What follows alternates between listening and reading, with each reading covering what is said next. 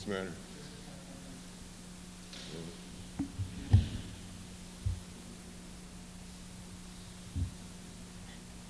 Aaron just asked me to introduce John.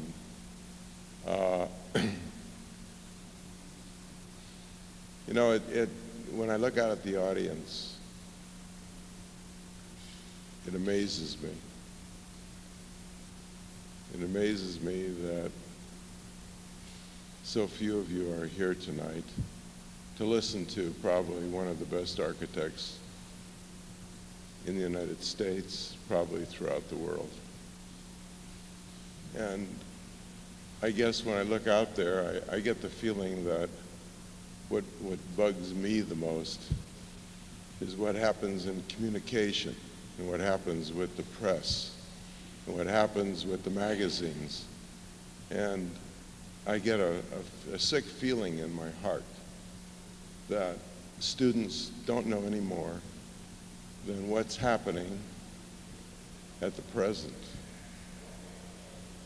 John Johansen is probably one of the most significant architects around. And in the early 50s and 60s, he was always my ideal as an architect. We had a very close, I think, relationship, even though we were at different ends of the world. I was in the West Coast and he was on the East Coast. And yet there was a feeling of kind of doing similar things. But then by 1970, John Johansen really, when he built the Mummers Theater and he built the school in Columbus, Indiana, and a few other projects of that sort, was so far out ahead of most of us that he was really quite amazing. And that was 1970. And that work was very, very significant. And it was the first work that really began to explode much of what architecture had been about. And it was probably the most early of, I don't really want to even use the word, but it was a deconstructivist mentality. In other words, it was breaking apart the typical type of architecture that had been going on. And what makes me sad as I look at the amount of people who are here is that none of you really ever know anything other than what's going on in your few years of being around architecture. You know, if Frank Gehry was here tonight, this thing would be mobbed. And this is an architect who was so far ahead of Frank, it's unbelievable. I mean, he was way ahead of Frank. And Gehry was a Johnny-come-lately by comparison. And it just amazes me that this is what happens in schools of architecture, that you don't know anything beyond what's in the periodicals. You never go back to really understand the history of modern architecture. You don't understand what took place in the whole process. And so for those of you who did come tonight, I think you're in for a treat. I think John is a very special person. And I'm really happy to have him come here tonight, and I'm happy to have him with us. And I hope that you will feel as I do when the evening is over. John, welcome to the new SCI-Arc, and we look forward to the lecture.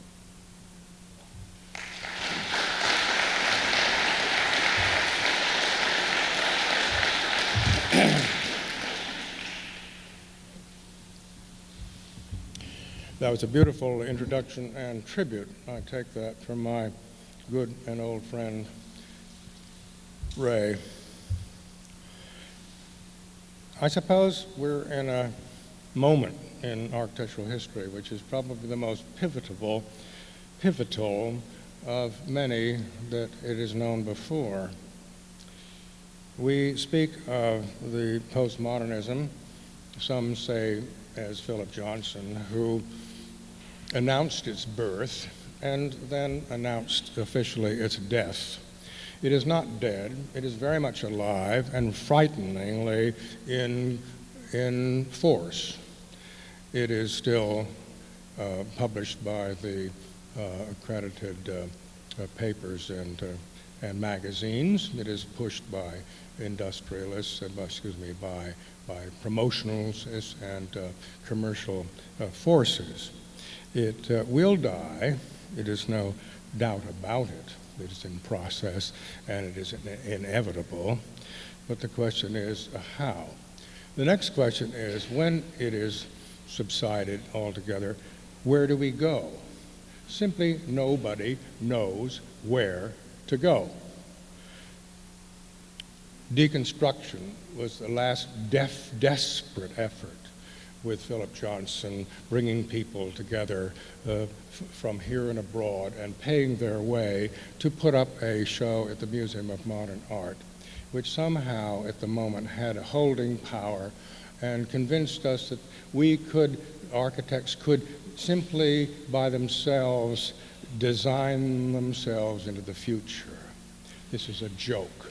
This never happened in the history of architectural times. And so now we may look for another style and another style after that, which reminds me of a limerick, and I've done 103 limericks, of which this is one. Postmodernism was fated, we knew. The Bible assured us this is true. He who lives by the style shall die by the style. Verily I say unto you.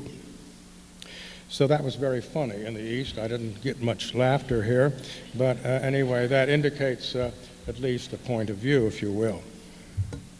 Now the culprits of this, of course, are Moore, Venturi, Graves, Eisenman, Gehry, I add him, I'm sorry, I do, and Stern, and of course, conducting this entire circus is the circus master or the ring master, Philip Johansen. This then is the way I look upon the last 15 or 20 years of misformance of the profession. I'm very sorry to say this, but I do believe that this is the most degenerate chapter in all architectural, the annals of architectural history. And I do think that when the dust settles, we're going to see it this way, or they, after we are gone, will see it that way. So there.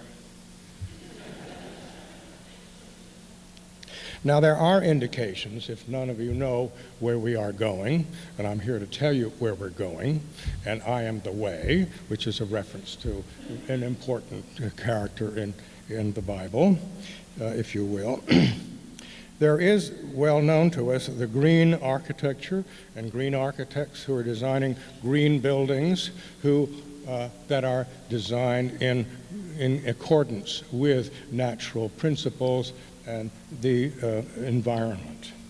The most important element, the event which has occurred in the last years is the Ecotech International Conference of Corsica. Do any of you know of that? I can't see the hands going up. This is one of the most important historic events in this decade, if not the century. This represents, after many years and many actually centuries, since the first awareness of a difference between the industrial age and nature having been in opposition to each other, which is now developed to a point of which we cannot bear it at all, and we may not even survive. This then is 300 years of developing a situation which is impossible. The Ecotech International Conference then is the one international effort to bring together environment, ecology, and and high technology. This is almost impossible to bring together in the mind, but it is brought together. Now, they had their first conference in Corsica last year. They're having a second conference this summer. And in 2 weeks in New York, they're devoting the whole effort to urbanism and some way to revive and reassess our life in the urban environment. None of you know about this, do you? Do any of you know that on April 23rd, 4th, 5th, this event is going to take place? I'm very sad for you. Not only, then, is this a recognition of a new attitude and a new awareness of who we are and how we conduct ourselves on this earth, but it's also the real reassessment of architecture since the beginning of the architectural movement in the 1920s. We now are looking at it again, not from the point of the machine as the center point of attention and the hope for the future, but now a re-evaluation and a new view of ourselves and architecture as an organic entity. The new organic element, then, is the new element which we see in the new architecture.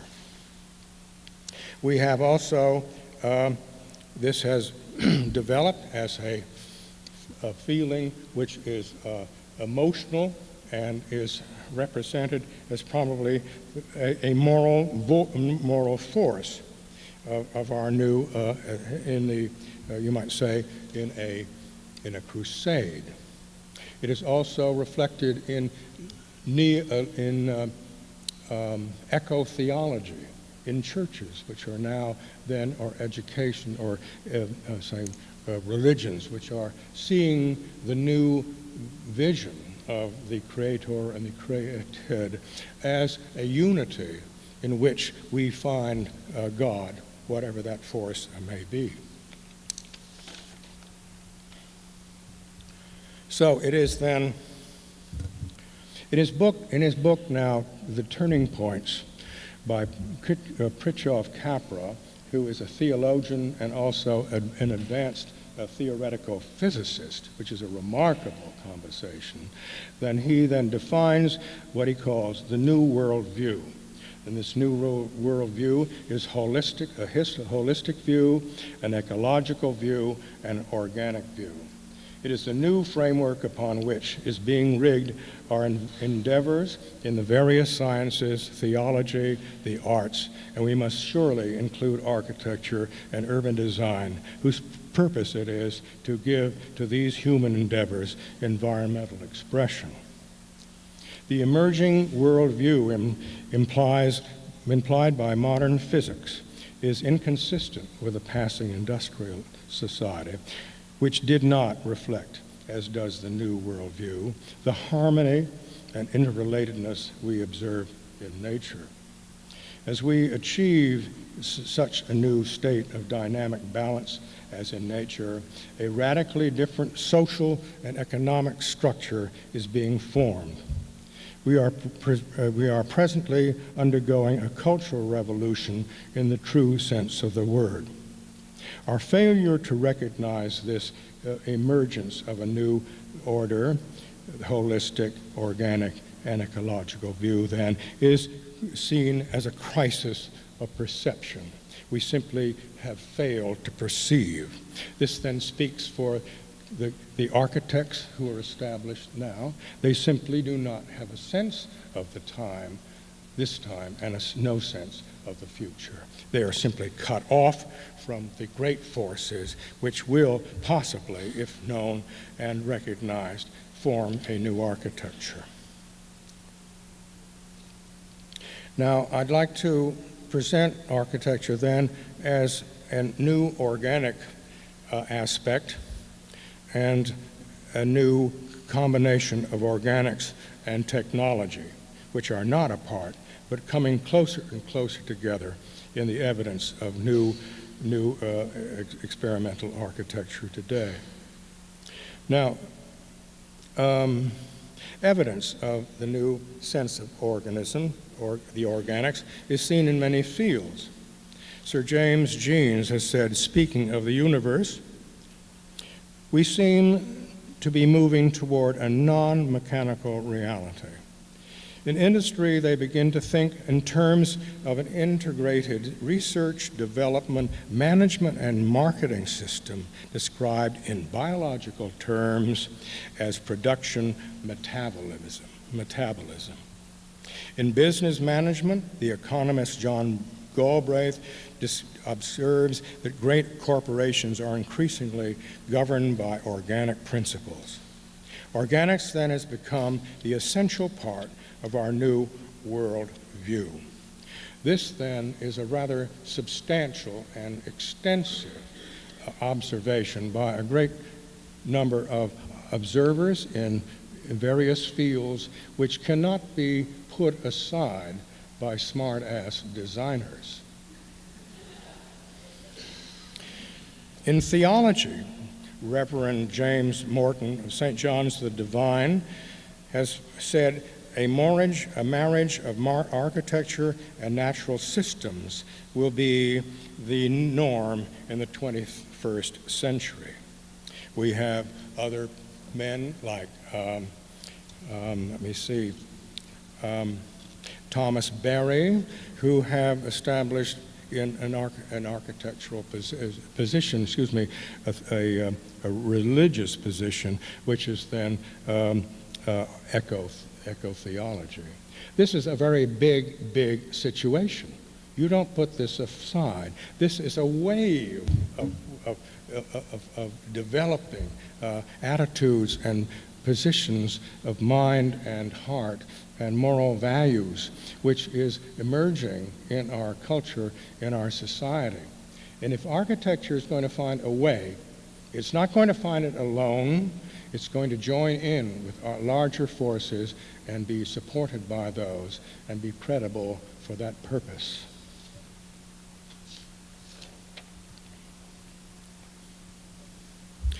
I'd like then to examine the characteristics of the organism and apply those slowly to, one by one, to a new architecture, new principles, new evaluations, and new derivations for a new architecture.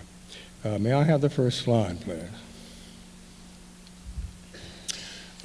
One wonders why you show such a picture in an architectural school. It's so distant from architectural forms, which we're usually talking about. This then, of course, is not a machine, but an organism. The machine is said to be such that its activities are determined by its structure. However, in the organism, this relationship is quite reversed, for the form and structure are determined by the processes. Systems thinking is process thinking. Forms become associated with process and interrelation with interaction, as Capra says. I would deduce from this that in the future, human activities of our citizens will be less victimized by mechanistic ideas of a building or structural plan, but architecture will be more and more the outgrowth of a response to and an aesthetic expression of the living processes of the social forces it shelters. In fact, buildings and cities and its citizenry ought rightfully to be conceived as one inseparable organism. The citizenry, as a collective organism, should devise its city to fit it as perfectly as it would in nature the inseparable cell. Next one, please. These are organisms. You could just throw any organism on the screen and get across the idea that these are delicate or hefty creatures which have two unique things about them: that they organize themselves, they take care of their operations within themselves, and they respond to the environment around them. Next one, please. Next. This is a plan of mine designed in 1953. Not that it's my own, but it does express a form which is the resultant of elements of the human organism moving constantly day and night through this, which then determines the position of the walls and determines then the forms that are to accommodate it. Next one. This one, of course, is by Glenn Small. It represents a different approach to architecture. This is almost to say a building changes its form and actually moves, is mobile, and is in response to the conditions that change about it. Next one. Now, in a recent article by Forrest Wilson, he states that the electronically controlled components, that is, the moving parts, have changed faster in buildings than other architectural elements. We must revise our view of buildings from inanimate to animate artifacts.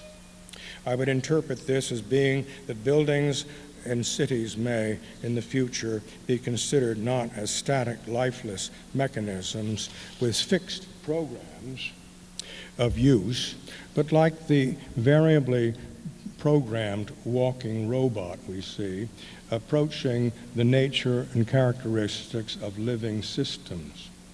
Now, the most significant faculties of all living systems are, firstly, self-organization, which is maintaining its existence through continual interaction with its environment. And secondly, self-regulation, maintaining equilibrium through constant adjustment within its own system by programming recency. Next one, please. Now, recently we saw in flight a 1/2 scale model of a prehistoric ichthyosaur, whose wingspread is known to have been something like 50 feet across this room. This flying model bird has a brain, a nervous system, 13 muscles and tendons, and sensors which tell it to fly clear of rough terrain, trees, and maneuver in disruptive winds, regulating its own performance. Although not architecture, this demonstrates then foretells how self-organizing and self-regulating buildings may one be incorporated into our life. As to self-regulation, readjustment is said to assume a state of non-equilibrium, which is a frightening thing if you look upon a building as not even in equilibrium, in which then organisms and buildings in the future will always be at work, as it says, as they say, and in the future will always be at work. Such is the dynamic stability of self-regulating systems. We're looking then at buildings not of this sort, but of this form, but that will operate in this way. This is a vastly new chapter of architecture. This has not to do with sweetheart form and space and measurement and this sort of thing. We are at a moment when we're making a breakthrough to something so vast that I don't think you even you comprehend this. Next one. Now, these are two towers which are in symbiosis, as you know the word means, to live with. They live with each other, which means to say there is a mutual advantage of living together. They brace each other. They could not sustain their position without helping each other. This is an element in nature which we find all the time. This then is a illustration of a natural relationship which will be seen in our future buildings. New research now in tall buildings is proceeding with the concept of muscular analogies whereby companion structures mutually interact in a state of symbiosis. Now, Charles Darwin observed that plant and animal existence was a struggle to the death for survival. And our cities, next one please, New York in particular, represents this struggle, struggles which are commercial, sociological, and aesthetic. More recently then, next one please, however, we have accepted the views of Lewis Thomas that life is an accommodation and an ecological balance whereby all species are connected and mutually dependent upon the rest. I show you here an underwater view of a plant growing on the roof of a shell. These people like each other. There is no competition. They mutually have a more advantageous condition of life by relating to each other. Then they are connected and mutually dependent upon the rest. I believe that our buildings in the future must also relate in such a state of symbiosis. As the theologian Teilhard de Chardin said, we must design urban cultures according to natural principles. Next one. The biological concept of symbiosis as applied to urbanism will become increasingly revealed in the presently developing building type, the all-inclusive Omni building. This Omni building has developed not as an aesthetic concept, but rather through natural processes of marketing analysis and mutual profit for developers. The City Core building, for want of a better example, is a complex in New York City. It is a full block development comprised of office tower, atrium, shopping mall, galleries, and actually a chapel for noontime worship, which you see at the right. This then is, while other Omni buildings incorporating city services, centers, transportation interchanges, and hotels, health spas, and theaters are appearing in most of our major cities. In an urban sense, such buildings then represent the peaceful aggregation of seemingly independent functions and purposes to their mutual advantage. The Omni building then will be proliferated, and we can envision the city as a multi-layered fabric of continually adjusting operations of transport, services, functions, which come to assume the characteristics of a living ecosystem. Next one, please. But as impressed as we have been with high-tech structures, we are now adding to the body of the building, which you see here, to the brain. We already speak of the intelligent building, which will be self-organizing and self-regulating, assuming those faculties, again, heretofore unique to living organisms. My main point then here is that electrotech buildings is by its own nature organic.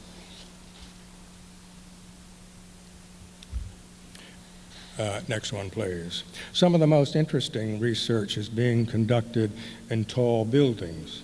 As early as 1968, Professor William Zook proposed a tall building stiffened by energy input methods to replace bulk structural and materials as conventionally used. I show here, of course, the computer, which is, of course, the brain of the building, which is added to the new body. This, of course, is an antique. Next one, please. This then I wish to describe as a tall building which regulates itself. A dynamic jacking system to control non-rigid towers. This is a non-rigid tower. Under lateral loads was later proposed by Lev Zetlin. At the present time, the engineer David Gehry was making designs for a kinetically controlled tower in Tokyo of some 2,500 feet in height. To reduce, then, the broad underpinnings and massive use of materials, slender buildings will be narrow-based but balanced by cables, analogous to tendons, regulated by jacks, that is, flexing muscles, directed by wiring networks, i.e. nervous systems, from a computer center in the building, i.e. the brain. All alerted again by sensors, i.e. eyes and ears, monitoring outer forces such as wind and earthquake threatening to destabilize the building. If you can see this, there are little sort of cup-shaped elements along the outside of the building on the upper left. These would take account for winds of, say, 80 miles per hour. Record that then to the brain at the top, which then sends a message to the bottom where you see the muscles or the elements which pull on cables and then stabilize the building. In future, we're going to have to cut down the cost of buildings, the amount of the material we put in, and we're going to take that up by taking adjustability of the building itself. It is clear to say that if I were to be designed to take a load or pressure from any side, I'd end up being the size or the form of a pyramid, which is, of course, a waste of everything, a waste of our human lives and our relationships ensue. But the body, of course, is then adjusted to take any weight. And if there's a pressure from this side, I counteract that with another from the other side. Then I am not the weight and the bulk of a pyramid of 1,000 pounds, but simply a trim 165, if you will, which is my same weight at college as I was an athlete, I'd like to say. Anyway, here we are. We're going to be forced into this situation. You as a generation are moving in, whether you like it or not, to a period in which we're going to have to economize, and we're going to have to use these devices which are presently offered to you. Now, this is then something which is altogether necessary. This is known then as variably controlled deformation. If you're smart, you will put that down on paper. You will make that in your memory. That will stick in your mind as a new generation architect. Variably controlled deformation. If you know it well, you'll say VCD. The purpose then of this is to minimize change with the ultimate goal to reduce change to zero, which is a superb example of organic self-regulation in response to outer forces of the environment. We're talking about an organism in response to an environment. This is not mechanics so much, although we solve it that way. These are recognizing and embracing the processes by which nature conducts herself.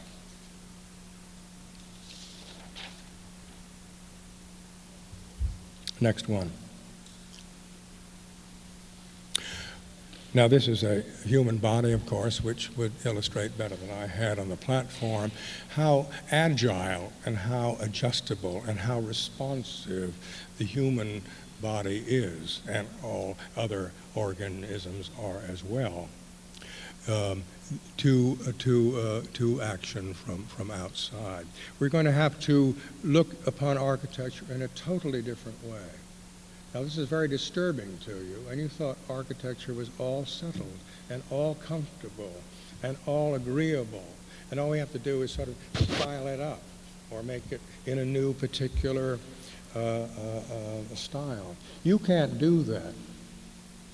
You are in the face of a change so vast that you're going to have to get your socks on, and you're going to have to deal with this thing, and you're going to have to do a lot of research and think about it.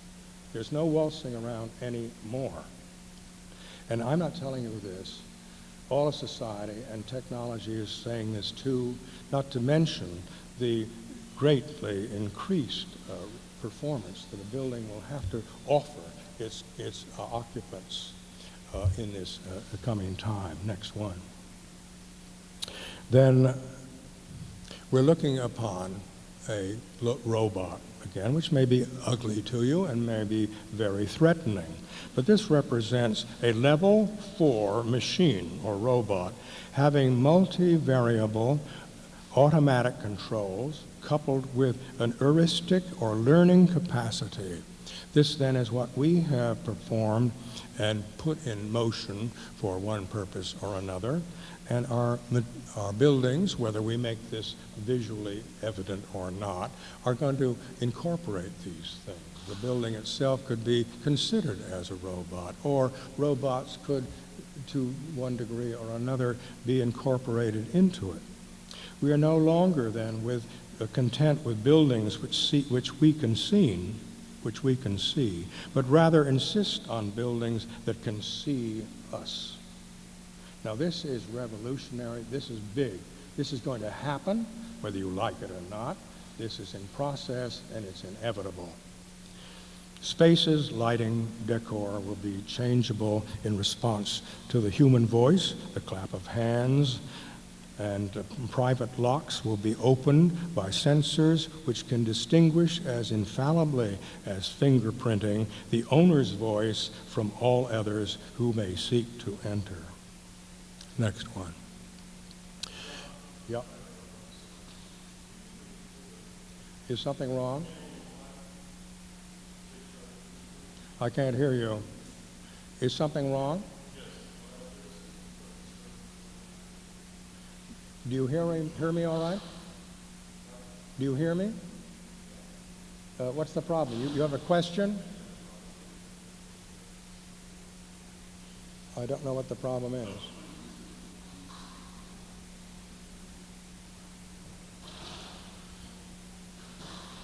I don't understand. Am I not getting to you? Is it all right? I see. May I proceed? Very good.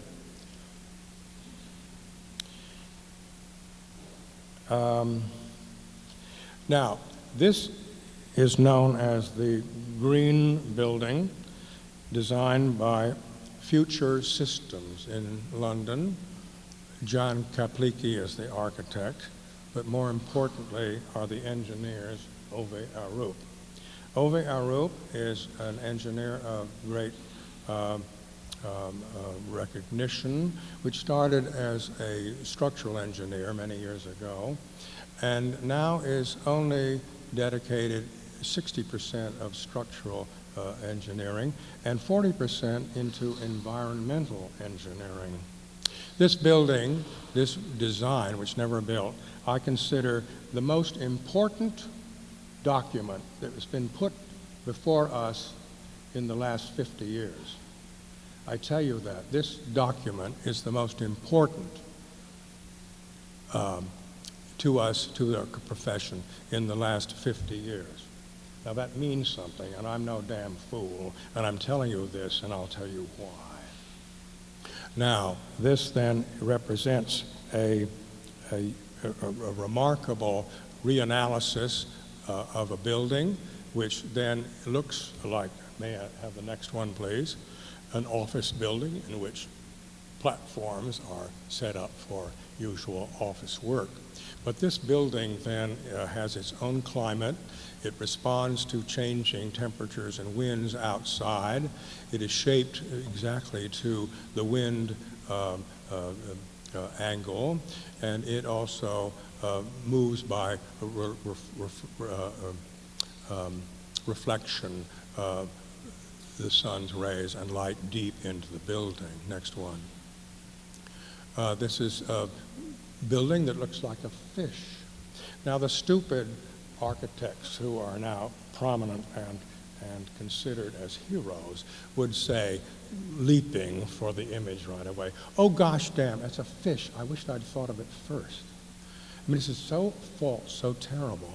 The truth, of course, is that this final image or form is the result of many months of calculation by computers, and the workings of this thing are intricately analyzed. And so this is a very advanced building. It's very light. It uses very little materials.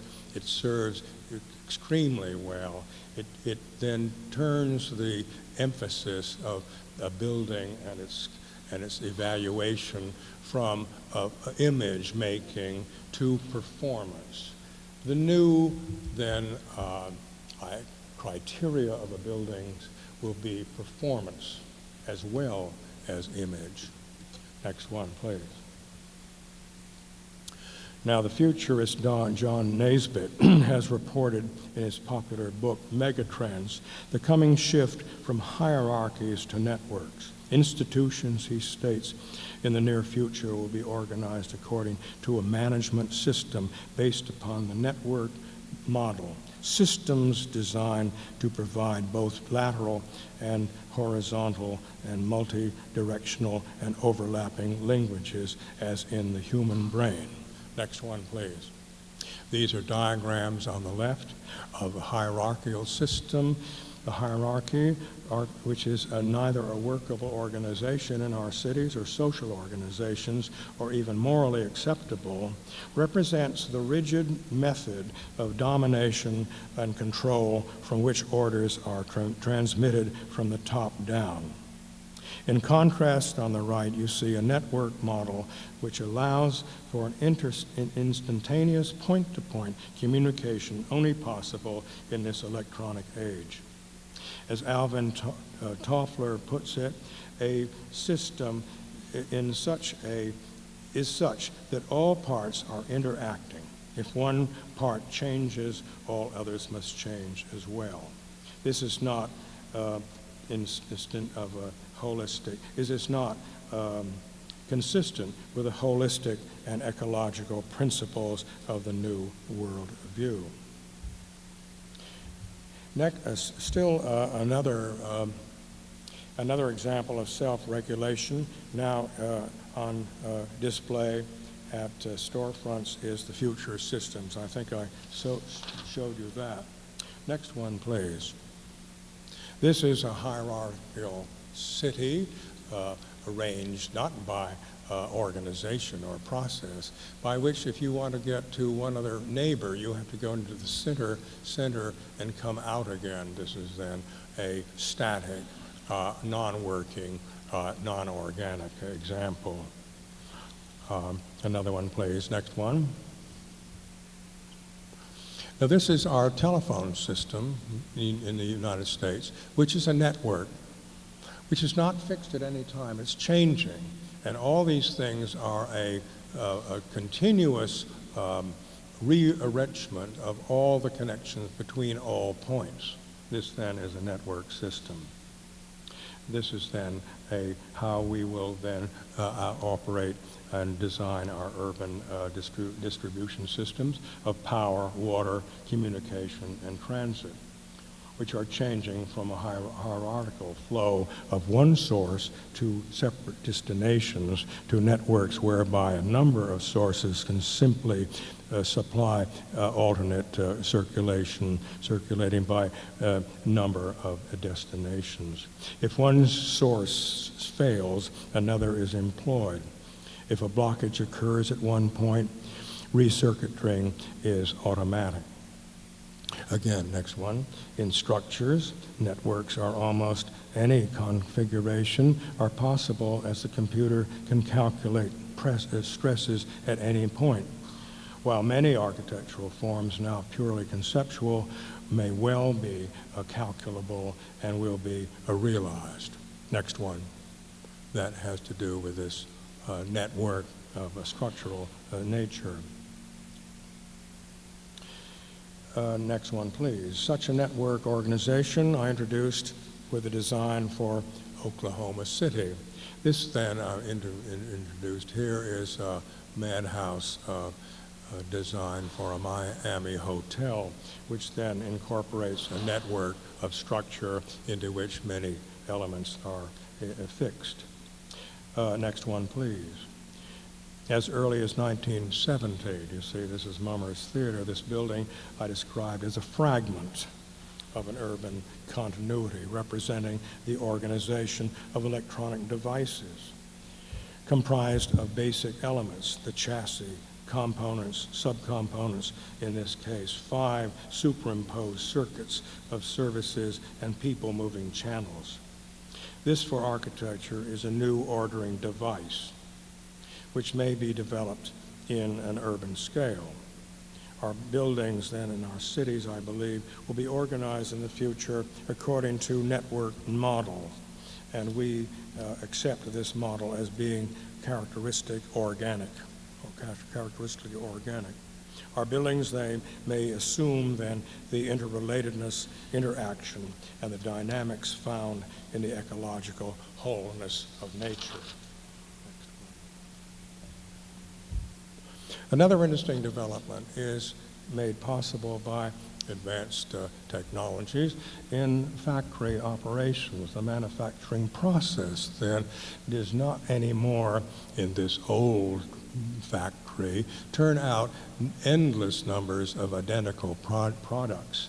But in the next one, please, but rather than by use of robots and separate messages to them can make each product coming out altogether different. This then is a strange reversal of our life and a return to custom design. Already there are manufacturers offering consumers the opportunity by automation to design their own carpets. As Buckminster Fuller said, the higher the technology, the greater the choice. Paradoxically, by going forward technologically, we go backward to the diversity and the variability of handicraft. We have, in a way, come full circle. Architecture then will be less standardized, but more individualized. Buildings' elements will be designed and produced with a great latitude of variation and graduation in quality, scale, and form. Structures may no longer appear to be a collection of disjointed elements, but rather as a graduated flow and fusion of elements and forms appearing as in nature to be in seamless continuity. Next one, please. An amusing yet real possibility in the near future is the application of our buildings of electromagnetic levitation, the introduction of movement, yet for the first time without use of power-driven mechanics. We are familiar with recent reports of the breakthrough of superconductors, which make possible greatly increased distribution, concentration, and storage of electric power, which in turn can support powerful electromagnetic fields. Within certain limits, then, of application, these will actually neutralize gravity. If then an entire weight of a passenger train in Japan is lifted off track and propelled by magnets, we may fully expect to reshuffle parts of our buildings. In my recent discussions at the American Physical Society, Dr. Brian Schwartz stated that the possibilities of levitated platforms, people movers, magnetic boots and clothing, and cabs propelled on curved magnetic rails, whether of short or long-term development, are quite real.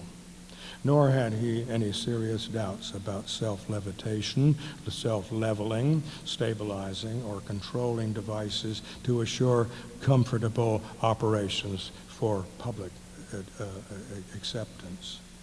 More realistically, an electronic launch research Dr. Henry Kalm recently devised a fully operated elevator system for Westinghouse using linear induction motors rather than conventional cables.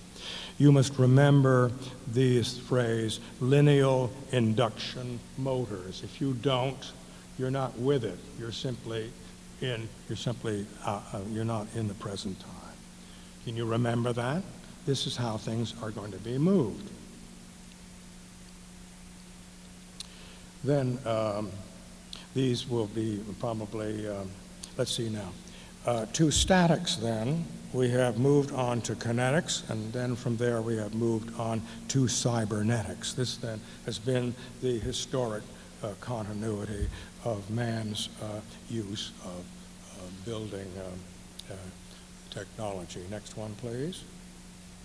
This is the lineal induction motor on the left. It's hard to see, but it hangs to a track and moves up and down, and the cab moves with it. Later on, I'll show you what my little addition to this might be. In Japan, these move up and down, they move sideways, they move on an inclined angle, and what I now delight in calling a levitator is my interpretation of moving this one element, a bit further into a serpentine track. These then are almost possible and will be in the next 5 or 10 years. Now, what do we think about the poetics of technology? What about the aesthetics? What about the human aspects of all this? It was Nietzsche, the German philosopher, who said that art is with us lest we perish from the truth. What he meant was, of course, that in this case, the truth of bulk technology, of brute technology, is unbearable to any civilized people. And we must then move in and make something very beautiful out of it. So if you're under the impression that I'm pushing technology to you, it's quite real that it must be accepted by you, but it is your then responsibility as moral arbiters and as architects of aesthetic judgment to make these into something beautiful. Next one. So I show you a parade of building technologies here which are staggering in their beauty. This is a simple trabeation of uprights and supporting a spanning stone, and how very beautiful this is, and how touching and how wonderful it was that the ancient Greeks in Paestum, southern Italy, expressed this. The next one, please, is then Vézelay in southern France, a high-blown Gothic expression in stone again, which then dwelt with vaults and ribs and thinner defined the forces down from top to bottom and opened up more and more space for light to come through. The next one, please, is of course 19th century glass and not steel but iron. These are still found in Italy, this one Milano, and others, most of them torn down in this country. But how beautiful that is. Then we move on to another one, which is Fry Otto, who deals with tension in extreme conditions, and which then a structure is determined only possible by computerizing the forces at every single point. My The serious task then for the architect today, as in each previous period, is to seize hold of the new technologies, judiciously apply them to building, delight in the symbolic potential, and endow them with poetic expression. For as technology is the stuff of which a new chapter in architectural history will be made, we are compelled to do the same for our organic electronic age. But instead, next, we are offered, I'm sorry, there's one missing there. We were offered something that of Michael Graves, which I was going to put in here as a joke. And indeed, it is a joke. Now I'm going to present, at the last of this talk, a series of projects which I've been engaged with in the last 4 or 5 years. Now this is then an entirely new architectural vocabulary which is expressing new, not mechanics, but the organic and poetic expressions of electro-technology. And then I offer then 5 projects which are dedicated to the year 2020 AD. Why 2020? I'd like to think that that is clear vision, and that I boast that my vision might be that clear. To this purpose, then, I am discussing with engineers and physicists concerning technologies presently in the research and development. Others, though, in limited application, are already on the market. My audacity, then, is to project these applications of buildings and technology of some 50 years into the future and take some delight in expressing them architecturally. Now, this is a very beautiful inspiration of the web, which then led me to the development of my first project, which is the suspended web. This is a very light structure, and it is rigged upon other structures which are stronger, which in this case are grasses. It is my suggestion that we attach lighter buildings to establish established heavy and strong buildings, and in any case, whether we do that or not, we are obliged as architects to design buildings which are lighter, more quickly put up, more quickly adjusted, and that are more responsive not only to the needs of the occupants, but also the actions and the forces of the environment around it. Next one, please. Oh, that's Michael Graves. You can see what a goddamn joke that is. Let's get that off the screen.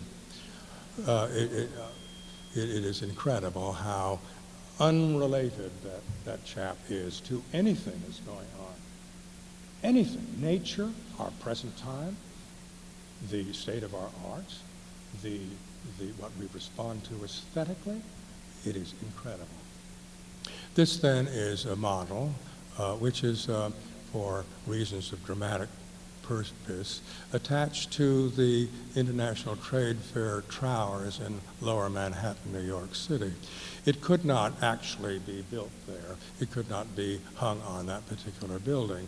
I admit that, but for clear illustration, what we're doing is to suggest that this structure, extremely light in weight, is hung between the structures which are strong enough to take it. Now, first of all, it's a demonstration of what we called the response and the adjustment of a building to outward forces. The cables you see coming down at the top and tied again at the bottom are attached to what we call adjustment elements, which have a stroke of, say, 5 to 15 feet. These then respond as a wind load of 80 feet acts upon this thing. The sensors pick up the fact and transfer it to the computer brain. The computer brain then has an automatic message to these adjusters, and then the take in and let out of the cables is such that there is actually no motion. Now we know the two towers move in about 5 or 6 feet at the present time in any kind of a strong wind. Even that, which would crush this thing in minutes, is adjusted by this variable controlled mechanism so that even if the two towers move in, this is motionless. Now, why do this?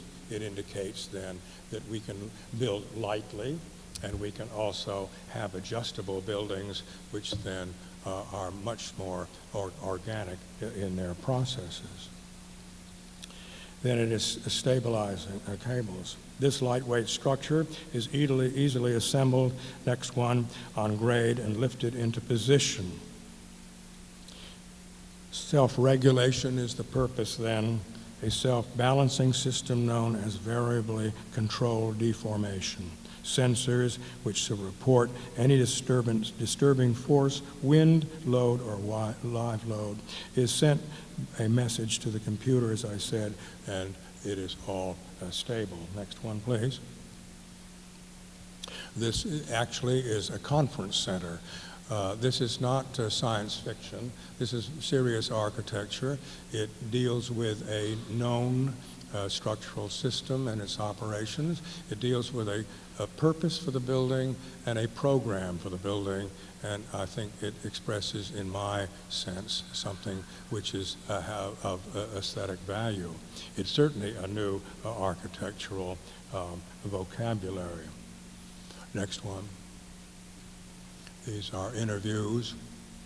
Next one. Next one. And so, this is a laser beam. This is St. Florian in MIT about, goodness, 30, 40 years ago, experimenting with laser beams. These are another sensor device by which you can align a straight beam alongside a building, and if there's any variation from that perfect line, it reports then to the computer, and response is made. Next one. These are not anything to be feared. You see a man here accepting this thing on his hand. These are not high power, they're not expensive, they're not dangerous in any way, and they're extremely accurate. We shoot these to the surface of the moon, and they can come back with accuracy on your hand. In fact, on a 25-cent piece. So it's an extraordinary new device by which we control these non-rigid buildings. If these were attached to stress gauges, which is something you ought to know about, which can be attached to any structural member of a building, it can record what the extent of that force is. It can also be recorded in light. You might ever then imagine a building of many struts at night igniting as the wind blows as a new art form, as a new lighting fixture. These are possibilities. This is something what you should be looking for. You should be rushing in there and saying, this is something I can do with it. Next one, please. And these are a photograph again. I got to this top of the tower there and had my martini and took a photograph of lower New York. And then I blew it up about this size. And then against that placed the model and photographed again. And I got this somewhat compelling photograph of this very light structure attached to existing buildings. Now, symbiotics I mentioned earlier. This is a symbiotic relationship in which a new light building, a guest building, moves into the life of existing parent buildings or host buildings which are strong enough to take it. Now, the mutuality here is that the stronger buildings give it support, And in exchange, this then is an addition to the program of those existing buildings, saying that a conference center was very essential to the working life and the business activities of those buildings, enhanced greatly, and therefore in enhancing the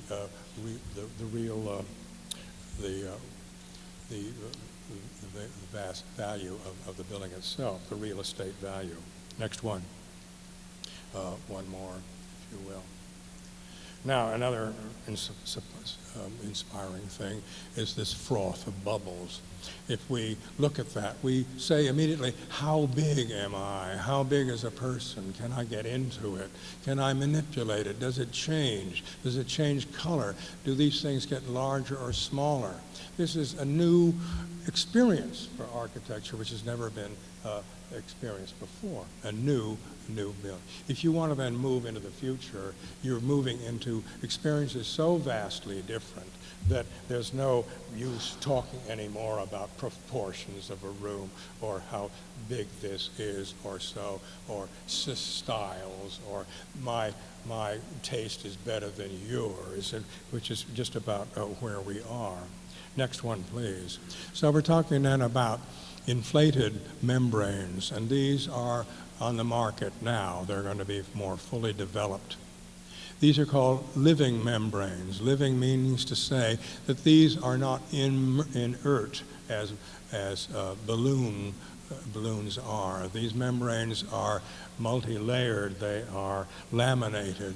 They, with a charge of electricity, can change from opaque to transparent to translucent, either by will, by pushing a button, or by response automatically through changing temperatures and the extent of light upon them.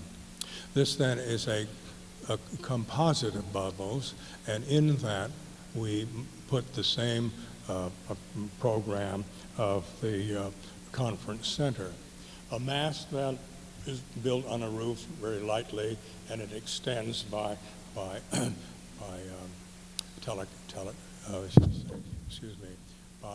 extending itself, and out from which there are the platforms which support the functions, and then these elements are blown up about it. Next one. Another view of it. Next one. Coming closer and closer in. Now the red element you see there is my levitator, which is a serpentine track, which moves through these coalescing spaces and on a curved way, and lets all people at different positions at different levels. It's difficult to define what those functions are, but halfway in are the conference rooms. Midway, a little bit up further, is the computer center, around which are arranged the workstations for people coming anywhere from around the world to process their data. At the top then are sending and receiving devices and an observation platform. The next one.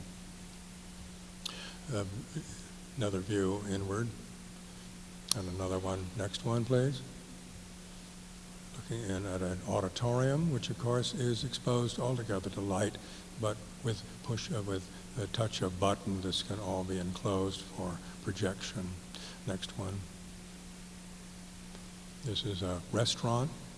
The tables you see in white, a general dining area in the middle, and a little one at the lower right is a private dining space. Next one. Now this is another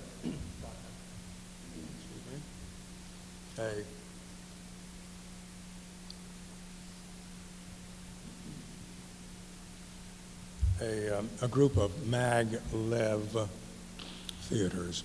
Maglev, you also have to know, it's electromagnetic levitation. You have to know these things, or you're not prepared. These are enclosed in air structures, obviously. The lightest thing is light as air, if it were to go in the top of a building. Next one. Moving in slowly. And the enclosures, which are curved, of course, are people moving moving devices, and I'll show you that very soon, through which then we move people on track. Next one. And they come up into the lobby, and from there they move up into the theaters. Next one. And so it goes. Next one. And this is the restaurant at the top. Next one. The three theaters then are able to move platforms of seating or performance in lineal way. The red lines are the lineal induction motors, which lift these elements off track. Next one would be moving elements and platforms up and down, which I call the theater of the Divine Comedy, because here you could represent a performance which represented with hell, purgatory, and heaven. Next one would be a device by moving platforms in a circular way, which is the theater of the eternal return, which very symbolically would enact plots, and so which represent the turn of season, the turn of life, the cycle of life, or any other events. So this is really very symbolic indeed. This is not just hard-ass technology. Next one. Now the way of moving or lifting are two. On the left you see the one I described as lineal induction motor on a track. The one on the right is a method by which you can actually float objects and float people and float platforms literally in the air. This has been done. Next one. As we see this diagram of a man in a capsule, and the indications here are that they are, nodes representing the forces of electricity sideways and up and down. And then by changing those forces or reversing those forces, you can then either have these things move as repulsion or attraction. Now this is no joke. In Munich Museum of Science, they have a block of steel about this big, which is simply suspended in space. It is off the floor, you can walk through it, and it's sustained by lateral controls of electronic power. Next one.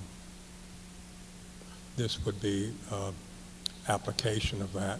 People moving through our galaxy, which would be a wonderful way to learn about it rather than having it just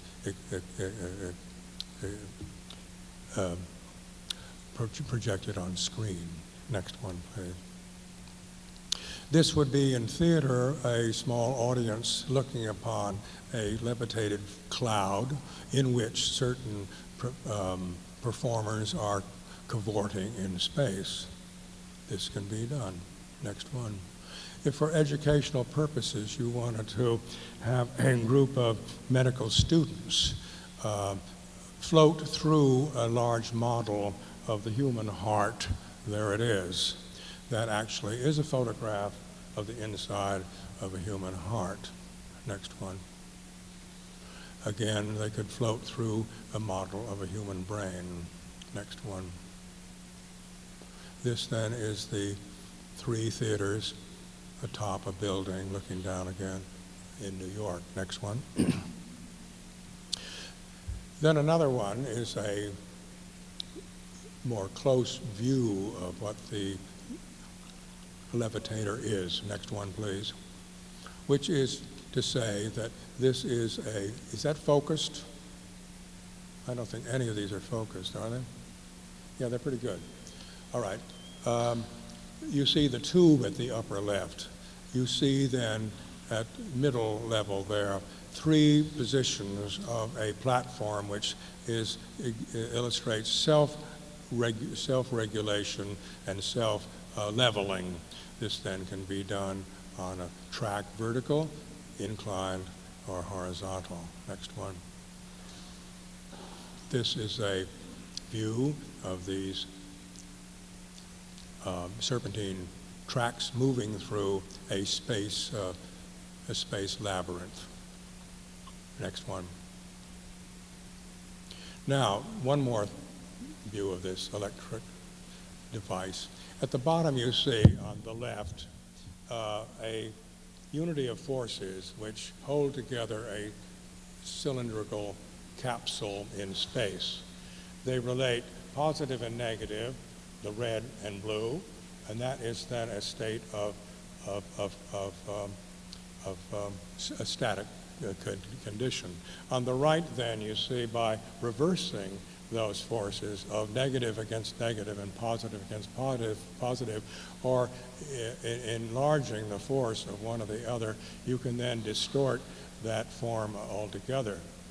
Moving then to the top, you have a capsule which could be occupied by people for one purpose or another, in which then the forces are still in action. Next one, please. This then is a metamorphic capsule, my latest project, which then has 4 dimensions, 1, 2, 3, and time is 4.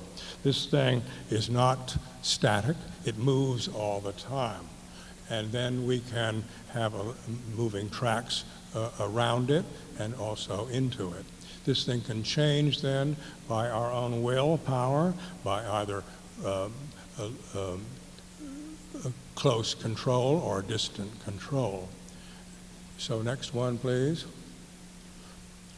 There it is, and it can change color, it can change form, and it can change the light. What this is then is an ultimate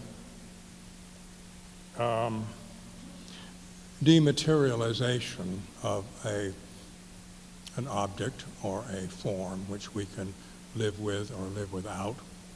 But anyway, it is something altogether new as an architectural experience. Next one. And this is the final view, in which you can cruise through this. This then was built by a student of mine and myself as a static model, and then we said, well, this will not do because it has to change. This then is a model which is then generated by a computer. This then is where we are moving into another realm of architecture, which we can record it only in its state of change. These then are still photographs from a video cassette of some minute and a half or 2 in which the whole thing is in a state of flux. Now what you make of that, or what you would use it for, is perhaps up to you.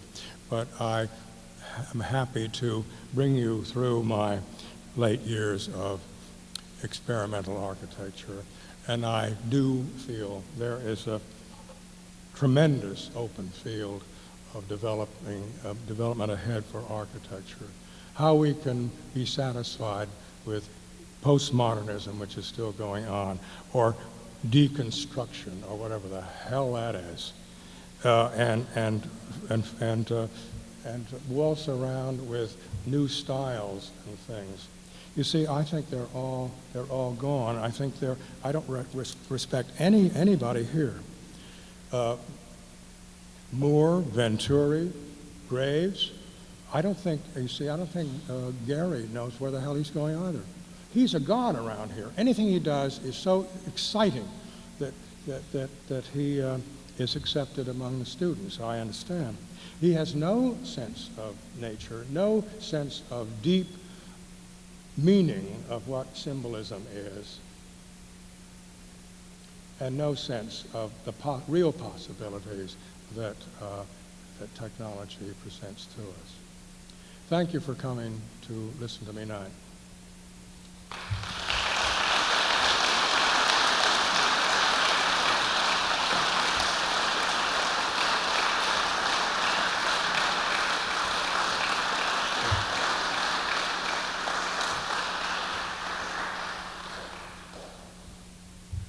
We'll turn that off, I guess.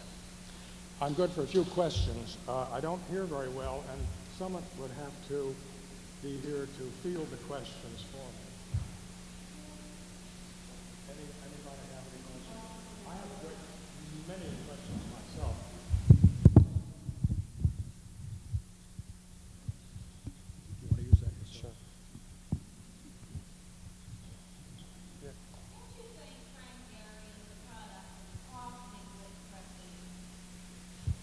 The question is whether you think Frank Gehry is the product of an awfully good press agent. A product of what? An awfully good press agent. I don't know that. I've been told that only today. I don't know. But I would judge his work only whether it's promoted or not. I think he has no sense of our time, of the forces acting upon us that will bring a new architecture. Leave it at that.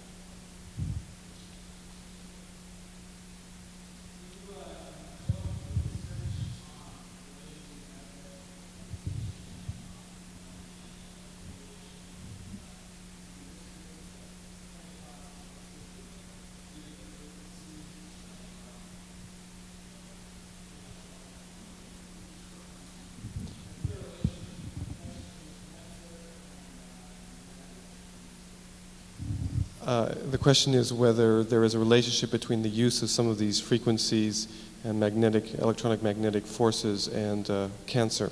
Cancer. Yes. That is possible. I'm not able to make a judgment on that.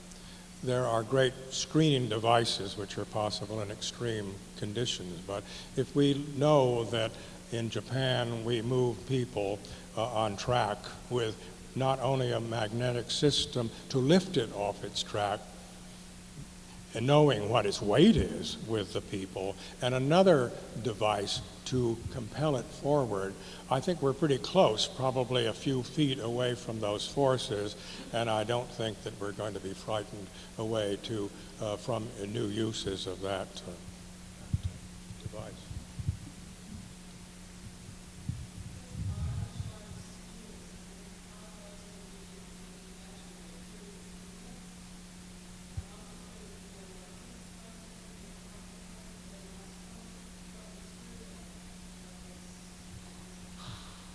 The question was how the large spheres would be constructed without seams, and the second question was what the material was out of which the last project, the Metamorphic project, was made. You mean the inflated elements? I don't know about that, but there have been spheres with seams, and so all that thing has been solved. They are limited probably to the size of this room. They also have additions to them. These are already been built. The how you define what that membrane is, they're working on those as a very important technological development now, and they could be made, I'm sure. They also can be semi-permeable to certain gases. Already they've done that. They know you can buy a panel 4 by 8 feet anywhere now, which will have the electric forces through it, which change it from opaque to translucent to transparent. So you see, we're almost there. I'm not a science fiction man.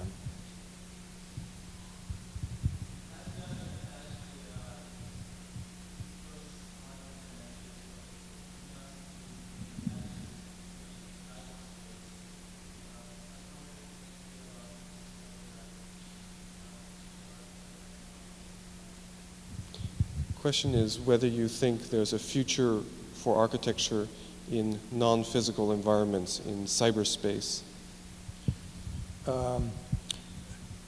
That's a new reality or unreality. It's going to happen, and we're going to be very much changed by that. The question is that architecture in the conventional description, or is it not? It's going to affect us, our nerves, our sensibilities, and all, but it is not real in the sense that we can have a tactile connection with it. We talk about high-tech, high touch, which is known already by futurists, saying the more we delve into imaginations and illusions, the more we're going to have to tie back with realities. And the reality then, coming from such an atmosphere of illusion, would be come out against a rough rock wall and bark your knuckles on it until they bleed. I make this as a dramatic extreme. We're going to need that. We're going to want to go in the earth. We're still going to want concrete walls 8 feet thick because we like the feel of it. So I'm not putting away all these primitive and essential experiences at all. We're simply adding something to it.